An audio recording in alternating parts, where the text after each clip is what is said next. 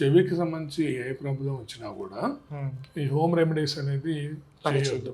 చేయొద్దు, కొంతమంది వాడుతూ ఉంటారు ఇప్పటికీ కూడా. చేయొద్దు చెవికి సంబంధించి. ఎందుకంటే చెవిలో వచ్చే సమస్యలు ఇన్ఫెక్షన్స్, ఫంగల్ ఇన్ఫెక్షన్ కావచ్చు, అది లేకపోతే ఇంకా ఏదైనా గుమ్ములు ఎక్కువగా ఉండేది కావచ్చు, నొప్పి రావచ్చు. కాబట్టి చెవిలో చీము రావచ్చు.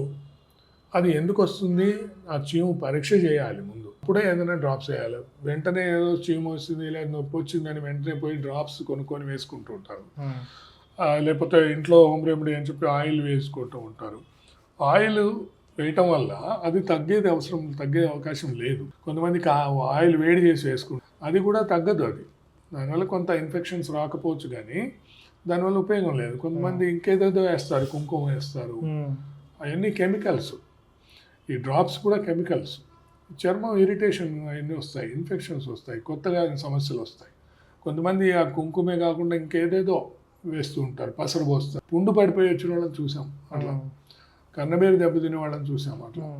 చెవి వినికిడి లోపాలు తెచ్చుకుంటారు దానివల్ల, చెవి వినికిడి మొత్తం దెబ్బతింటుంది. కాబట్టి చెవికి ఇలా మనం కంటినాగానే మనం హోమ్ రెమెడీస్ లాగా ఏం చేయకూడదు. ఈ జలుబు అంటే చెప్పాము, అది ఆవిరి పట్టడం, చెవికి మాత్రం అట్లాంటివి చేయకూడదు.